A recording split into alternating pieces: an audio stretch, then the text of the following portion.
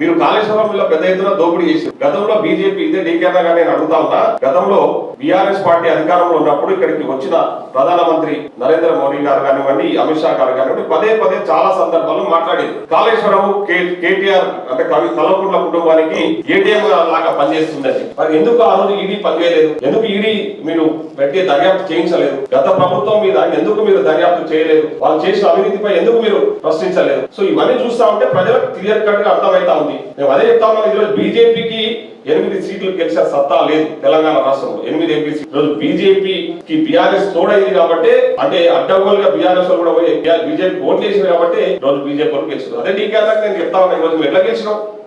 ఎవరితో గెలిచినాం? టీఆర్ఎస్ వాళ్ళు ఓట్లు వేయబట్టి మేము అక్కడ లైవ్ గా ఉన్నాం కదా. పొద్దున్న లేచి ఇప్పుడు దాకా మా మేఘారెడ్డి గారు చెప్పినట్టు పొద్దున్నే 9 గంటల వరకు బయట ఉన్న వాళ్ళు 11 గంటల కల్లా మొత్తం బీఆర్ఎస్ పార్టీకి సంబంధించిన క్యాడర్ తో సహా లీడర్లు, పైన లీడర్లు, కింద క్యాడర్ అంతా పోయి బీజేపీ కింద కూర్చొని బీజేపీ ఓట్లు వేయించి బీజేపీ ఎంపీలను గెలిపించారు.